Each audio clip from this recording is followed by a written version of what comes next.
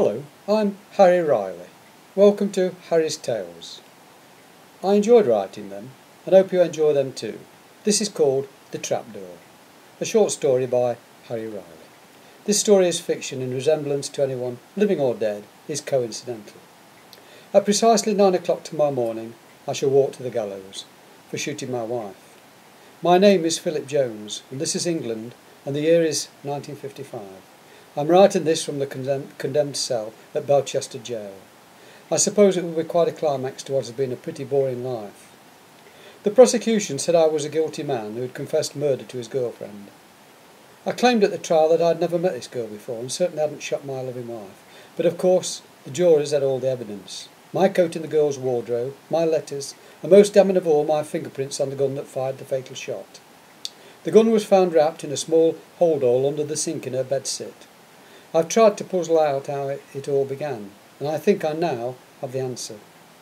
During a holiday last summer, my wife and I were visiting a market town in England called Roughborough. We noticed a small crowd gathered in the main square who were being addressed by a guide. He was pointing to the imposing town hall and signalled for them to follow him up the wide stone steps. It was obviously going to be a tour of the building. Being free spirits, we laughingly decided to follow them, as we had nothing better to do. Nobody took any notice of us, and a lot of people were milling about. We tagged on to the group as they entered the hall, and listened intently as the guide told us the story of the building. While we listened, I saw my wife mischievously saunter off and climb the staircase to the upper floor. I edged after her, and we found ourselves on a wide landing with rooms going off to left and right. The first room was obviously the grand chamber. All heavy oak panelling and tables and seats in a semicircle up to the ceremonial bench, where the mayor, sheriff and other council leaders would usually sit. Their chairs had ornate high backs and clawed arms. The mayoral sword, mace and official silverware were proudly displayed in a large glass case behind the centred chair. This room was empty, and around the walls were portraits of past and present dignitaries wearing cloaks and chains of office. The present alderman had a gold ribbon around his portrait to show off his current high status. The face that gazed proudly out at us looked decidedly decadent, and we laughed and remarked on his cat that got the cream expression. We both left this room, tried the adjacent door, and immediately wished we hadn't. It opened and revealed a very intimate scene. A semi-naked man sat in a chair to the side of an ornate fireplace. A scantily clad young woman was pushing a hypodermic needle deep into the flesh of his right arm as he fondled her.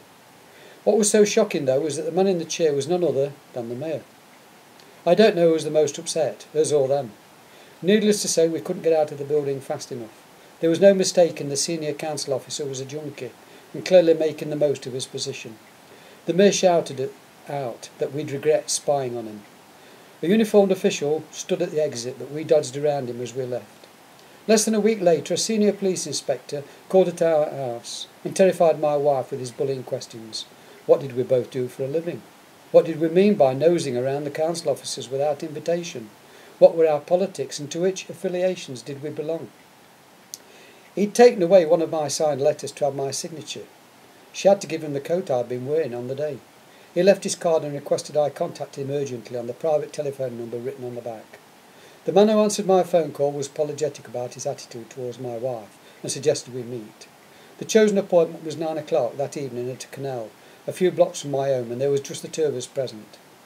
The policeman got straight down to business. What had we witnessed exactly at the town hall? I gave a story to tally with my wife and said that we had no intentions of reporting our knowledge to anyone, let alone the newspapers. He nodded thoughtfully and rested his arm on my shoulder. You were in the wrong place at the wrong time, buddy. We get a lot of this in our job. Coincidences happen all the time. However, one of the reporters on the Daily Echo has been sniffing out corruption amongst council officials relating to bribes, and he is about to blow the lid off some very shady business. This was worrying to me, and I was keen to assure the inspector we'd only caught a glimpse of the man in the chair, and we couldn't be sure who or what he was up to. The policeman gave me a quizzical look of disbelief, and asked why we had shot out of the building so fast. You can talk to me, you know. We've had our suspicions about Alderman Johnson for some time. Rumours of his association with some well-known criminals have been circulating. Sex, parties and drug taking are all being investigated. He clearly knew more about this business than we did. While offering me a cigarette, he dropped the case and I bent down and picked it up, politely refusing his offer as I don't smoke. He shrugged and put the case very carefully in his coat pocket. You and your wife have nothing to fear. We'll keep your names out of it, trust me. I know you're innocent. I've checked you out. You'll want to do your public duty, though. You're an honest fellow, I can see that. We need people like you to help us stamp out this vile corruption. And so I told him what we'd seen and how we recognised the mayor without a doubt, from his portrait in the Grand Chamber. Just leave everything to me. You'll hear no more about it. He shook my hand and was gone. People to see, things to do. The glamorous girl in the room with the mayor condemned me at the trial. She told the prosecution what a swine I was, and that she feared for her life after I wrote and told her I would kill my wife so we could be together. No, she didn't know Alderman Johnson very well, having only met him a few times during social functions. She had never seen any drug taking or been offered drugs at parties. I, on the other hand, was a bad lot. She was heartily glad to be shut of me. I had tried to get her hooked on heroin and to put her on the streets. I saw it all now. How the policeman had tricked me into picking up his cigarette case, just to have my fingerprint transferred to the gun, and why he'd wanted my signature in order to forge the letters to the girl, and my coat hung in her wardrobe. I could have took all this and accepted what a fool I'd been, if they hadn't so brutally shot and killed my wife while she was out shopping, but it was all too late now. This could have been another sad tale of how British justice had been led up the garden path by unscrupulous criminals, but for one thing. Within hours of my intended execution, the glamour girl had committed suicide, leaving a letter admitting her perjury in the witness box. The Home Secretary miraculously granted me a last-minute pardon. As I was later to joke about it to my old friend, Alderman Johnson, women are so gullible. It was a close-run thing, but a great way to kill two birds with one stone, so to speak, to get rid of his troublesome girlfriend and my spendthrift, nagging wife, into the bargain. End.